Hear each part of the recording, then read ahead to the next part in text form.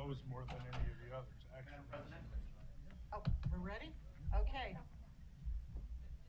I'll go ahead and call the meeting to order. We begin with the Pledge of Allegiance. If you would like to join us, please stand.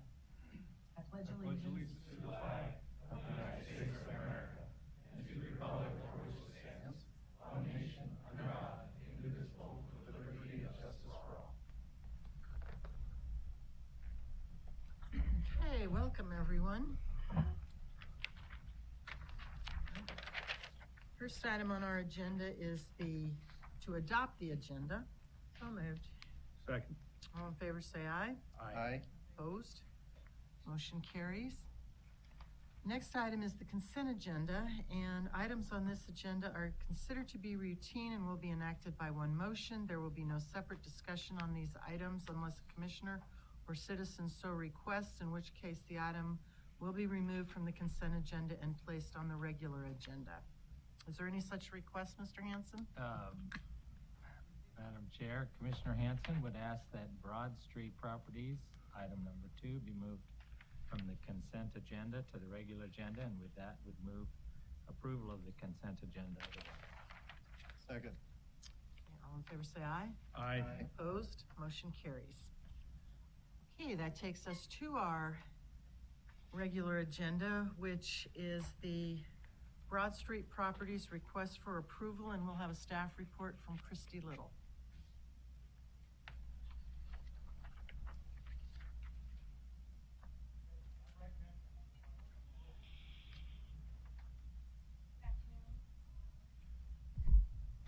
Good afternoon, Commissioners. My name is Christy Little. I'm the Planning and Review Supervisor, and before you today is a decision briefing for the Broad Street Properties. This is located in downtown Boise. I've modified my presentation in the last 15 minutes, so you'll have to bear with me. The applicant has submitted a conditional use permit and design review application to construct 2 buildings in downtown Boise at the intersection of 5th and Broad.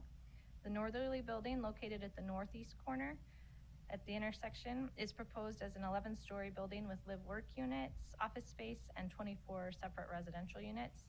The southerly building, located at the southeast corner, is proposed as a 9-story building with retail and parking on the ground floor, 5 floors of parking, and 3 floors of office. While I have this slide up, Commissioner Hanson had a question about alleys in the central addition.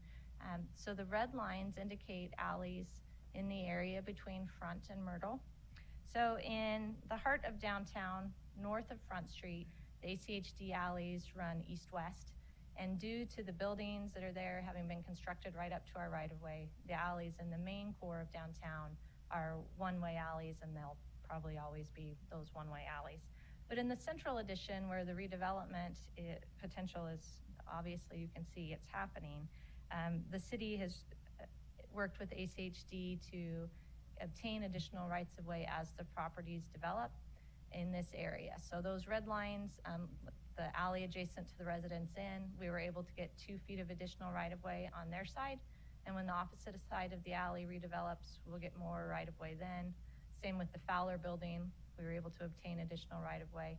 And although omitted in this staff report but needs to be included, is the same condition for this application, and that the applicant is in agreement with that. So potentially, long-term, these could be 2-way alleys in this area.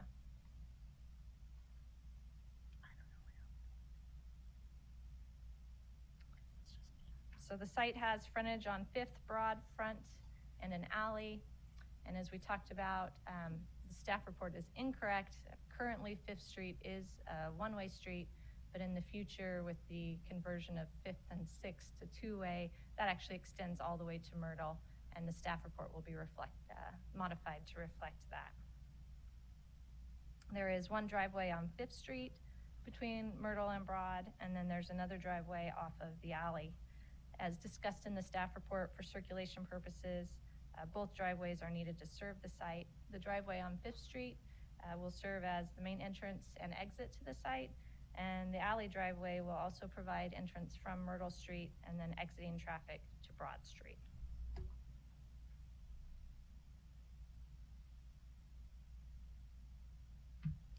The The applicant is proposing to construct the 3-story deck over Broad Street to connect the north building to the south building. The structure spanning Broad Street is proposed to be constructed 4 stories above ground with a clearance of approximately 44 feet.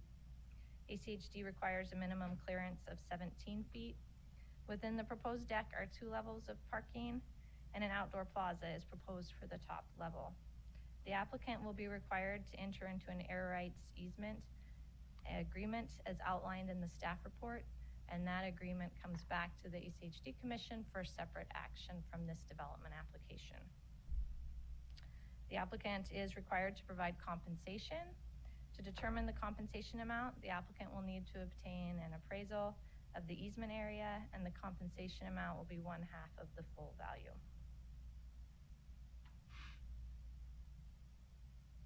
Staff recommends approval of the report with modifications to findings and site-specific conditions of approval to require 2 feet of right-of-way dedication abutting the alley, and then also, as I mentioned, the future conversion of 5th Street to 2-way. Commissioner Hanson asked that someone from the city be in attendance today for questions about the central addition. So Cody Riddle is here. He's the planning manager with the city of Boise. And then the applicant is also here. And I'll stand for questions. Are there any questions? Yes, Madam President, and Christie, do you know if someone from Preservation Idaho is here to speak? The questions raised by Preservation Idaho with respect to access to the properties to the west, the old railroad houses to the west of and south of Broad Street. Can you address those concerns and whether they were addressed or not by the staff report? President Baker, Commissioner Hanson, I believe they were talking about those 4 houses you can see on the south side of Broad Street, and that they take access, or their trash, I think was one of their main concerns. The trash facilities are located off the alley.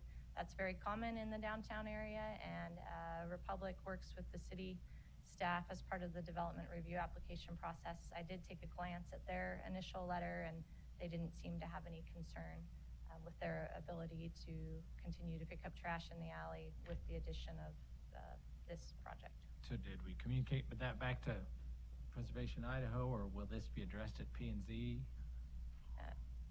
Commissioner Hanson, I believe that would be addressed by P&Z because they are Republic is a commenting body back to the city. All right, good. I'd love to hear from the city, and if we have an opportunity. Okay, is the applicant here? Would you like to comment on this? Madam Chair, my name is Greg Allen. I'm with Hummel Architects. Our address is 2785 Bogus Basin Road. Our only comment is we've seen the report from ACHD. We agree with recommendations and would stand for any questions. Okay, thank you. Are there any questions? So, Madam President, and I didn't catch your name. Greg Allen. Mr. Allen, did you catch the discrepancy into the reference on with respect to the alley width and with respect to the conversion of, 5th Street in that segment that we didn't put into the staff report? Yes, we're aware of that. Okay. Actually, I'll ask it of city. It's not fair to ask it of you, so I'll hold my question until someone from the city comes up. Thank you. Thank you. Any other questions? No. Mr. Hanson, you wanted to hear from the city? Yes. Okay. Madam President, Commissioner Hanson, I'd be happy to answer if you have specific questions. Cody Riddle, 150 North Capitol Boulevard, Boise City Planning and Development Services. Thank you. Good. Thank you. Mr. Riddle, so I have noticed expenditure of quite a bit of public resources, I think through CCDC and the landscaping and construction of Broad Street, all through that area, but including that spot, including the planting of trees. Will that be changed by the development? And if so, will the CCDC or the city be reimbursed for fronting those costs? I mean, we just barely finished. Yeah. Madam President, Commissioner Hanson, actually we had quite an extensive discussion with the city forester specifically on the trees. because they're young enough, it's actually a fortunate situation where they're going to require the developer to move those, plant them elsewhere, and then put new ones back into place. The forester is confident that the span of the right-of-way is high enough in this situation that the new trees will live. There may be a change in species, but they're still going to work that out. We've also, from a planning team perspective, recommended that parking deck across the right-of-way be reduced quite significantly by about 20 feet on each side to let more light down to the streetscape.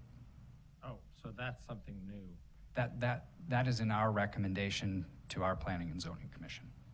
So if the Planning and Zoning Commission were to address this on Monday and they came back to us,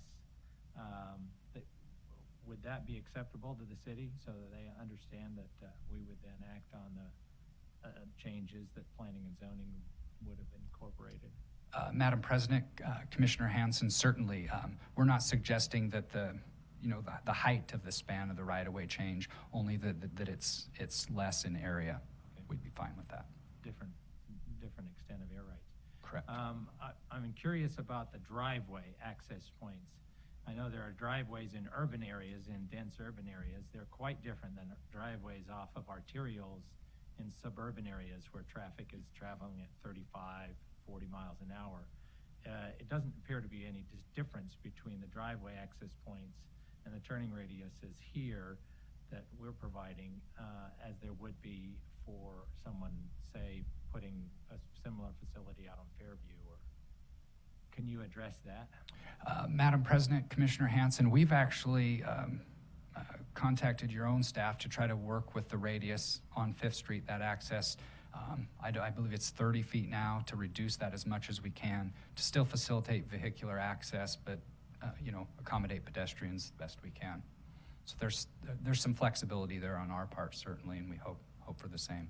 But the requirement in our staff report is for 30 feet, so we would condition that on approval. Okay.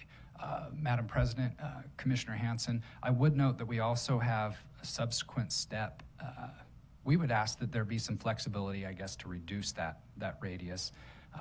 There are still 2 hearings at Boise City, the Planning and Zoning Commission and then design review. So there are a couple opportunities to address that radius. So I guess my question is, does the staff report provide that, or would this action provide that sufficient flexibility for you to do that? Or would we need to go back and make an additional change in the staff report to ensure flexibility? I believe that's probably a good question for our legal staff.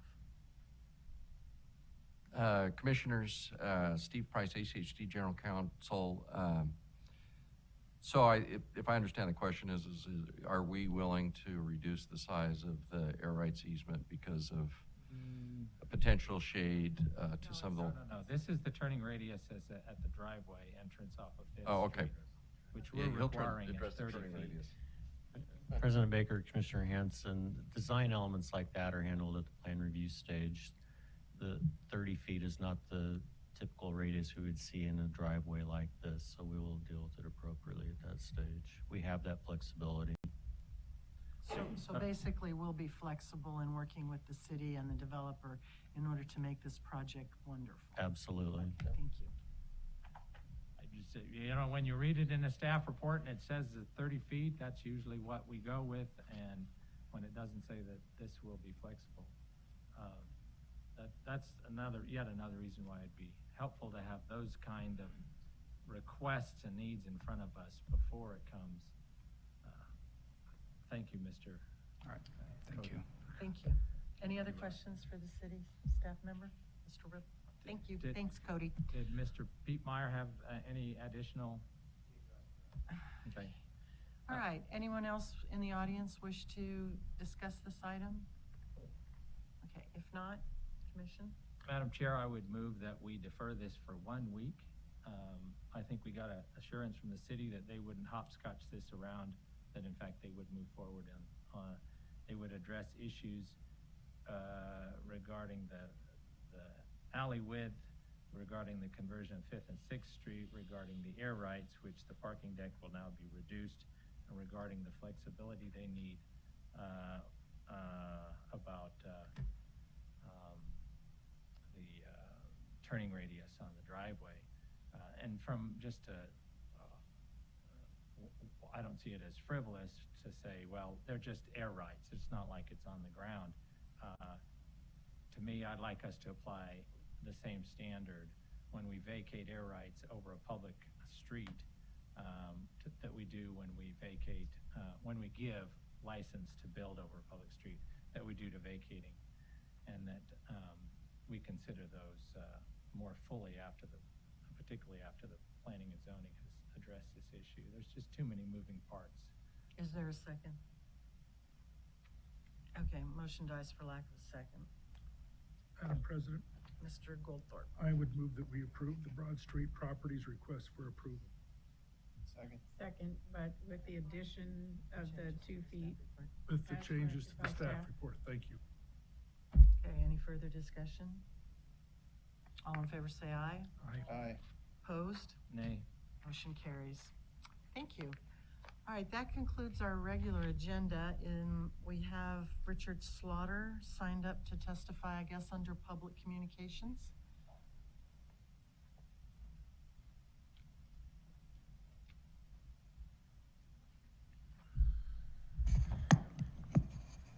I don't know if that will go up or not. Well, you have to find out where Might they have to adjust. hunch. Madam President, Commissioners, thank you for hearing me. Oh, if you could put your name and address for the record. Okay, Richard Slaughter, 907 Harrison Boulevard.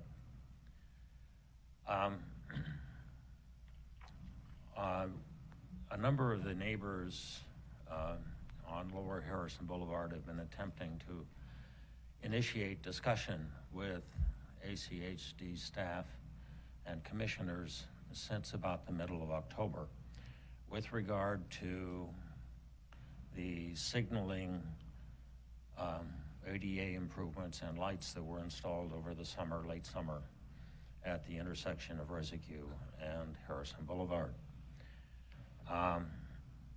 We have been asking for a sit-down meeting with staff and at least one commissioner since that time. A number of things have happened that I don't need to repeat at this particular point. They're in the email record. In early February, before my wife and I left for a winter vacation to get out of our delightful weather here for a couple of weeks, I sent delivered a letter to each of the commissioners, together with a video that I had taken time-lapse of the intersection at Residue and Harrison. That one only over a period of 2.5 hours. With regard to the lighting and the presumed requirement for enhanced lighting to protect pedestrians, because none of the neighbors nor I have ever been able to find any pedestrians at that intersection in the middle of the night. At any rate, I am here today not to recapitulate the things that were contained in that letter or that have been contained in prior communications, including my telephone calls with Commissioner Hanson and Commissioner Wood, but to request that the commission at some point, in fact, meet with us on this issue and other issues with regard to that intersection. There are a number of problems that exist at the intersection of Residue and Harrison. I've been driving that intersection, been driving Harrison and Residue myself for just under 50 years. And the things that people do coming up 17th and Residue to go up Harrison, I did for a few times in probably the spring of 1969. I got tired of waiting for a turn and moved to 15th Street instead, which most people seem not to want to do.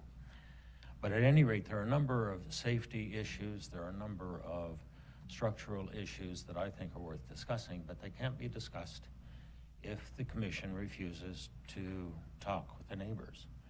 And the reason I'm here today is that we have received no communication back from anything that any communication we have initiated since about the 1st of November. And we get to a point where the arena has to be widened, and we prefer not to do that. But we've got to be able to talk with you. So I am here to request such a session. I obviously don't expect that you will give me a date and et cetera right now, but request that you undertake communication with us about the broad range of issues that exist at that intersection. Okay. Any questions? Mr. Baker, if I could respond. Mr. Slaughter, I'm happy to meet with you, and sorry that we haven't had a chance to meet yet, but I'm happy to sit down with you and discuss those issues. I just want to say that as the last several months have played out, I've asked the staff, and the staff have responded in looking at all the issues that you brought up. We've tried to reduce the illumination to the minimum level that we can for safety. I would remind everybody that this project arose as a request from the school district and the city. And so the district was responding to that and put that project in. I've been through that intersection. I go through that intersection Right. almost I understand. daily. I've seen people in that intersection at 6:30 in the morning. I've seen them there at 8:30 at night. And I think it does provide a lot of safety. But at the end of the day, as we've built the project, the street light is now the city of Boise's. And so I've had a conversation with the city of Boise about whether or not there's an ability to turn the light off at 9:30 or 10 o'clock at night and turn it on at 6 in the morning. That's got to operate off of a photovoltaic item as well. There's got to be some assurance there that that can happen. And their street lighting folks are looking into that. But I'm happy to sit down, meet with you face to face, go over all those concerns and have that meeting. Okay. But there hasn't been nothing going on in the interim. I've been working with our staff, and they've done a great job of looking at this issue. Well, I'm very glad to hear that. You know, it would have been better if I'd heard it 3 months ago. I didn't but, have the information 3 months ago. You know, So, I know the lights have been reduced. None of us were told about that particular action before it was undertaken. So part of the thing is that we're the ones on site. We are the ones whose lives are being degraded because that amount of light does affect one's sleep. There are a number of issues, and the underlying problem was that the lights were never included in the notice that was issued last spring, or last June, I believe, with regard to the signaling and the ADA improvements. And that's what's led us to this, is that the communication wasn't there up front, and for a number of us, it hasn't been there since. okay, well, we'll Thank have you. I just- a meeting will be set up. Mr. Woods will be there, staff will be there. I assume it'll be the engineering department or one of those that will take care of it. So they'll get with you and set up a date. Thank you, Madam President. Want to Commissioner Hanson? appreciate you, Richard, for coming forward. You and I spoke earlier, and I encourage you to talk to Commissioner Woods since that's Which I his did. territory. You did, and sent that letter at a work session shortly after we all got a copy of the letter and the video. The report was made to staff, and the staff was going to follow up. So I apologize that they didn't then communicate back to you why, what was going on, what the evaluation was. So I think I really appreciate you coming forward to pointing that out, because it's Okay. important that last piece, and that you would not be left in the dark, as it were. Not that that's of an appropriate descriptor, but because you went to that effort of raising this issue and making the copies to all of us. Well, thank you, And I'll be Commissioner. asking, I'm sure Commissioner Woods and staff will then inform us about what the next steps are. We have there's so much new technology in terms of lighting and ADA that it seems to me we can accommodate both. And as you probably know, I think I shared with you, my top priority is making ADA accessibility throughout the entire city as much as possible. Thank you, Commissioner Hanson. I appreciate that. As you know, this is only one of several issues with regard to the boulevard, one of which Commissioner Woods referred to at the time that the Braemere divertment was adopted, which is a larger issue because you get eventually to a point where the street isn't, where residential use is no longer the highest and best use on the street. And I've lived there 25 years, I've traveled it for 50 years. I don't want to ever get to that point. But something has to be done to avoid that. Well, we're facing Thank that you. all over the county, but yeah, a meeting will be set up and you'll be notified. So thank you. Madam President. Okay. And hello to Susan. Anyone else wish to address the commission? If not, meeting adjourned.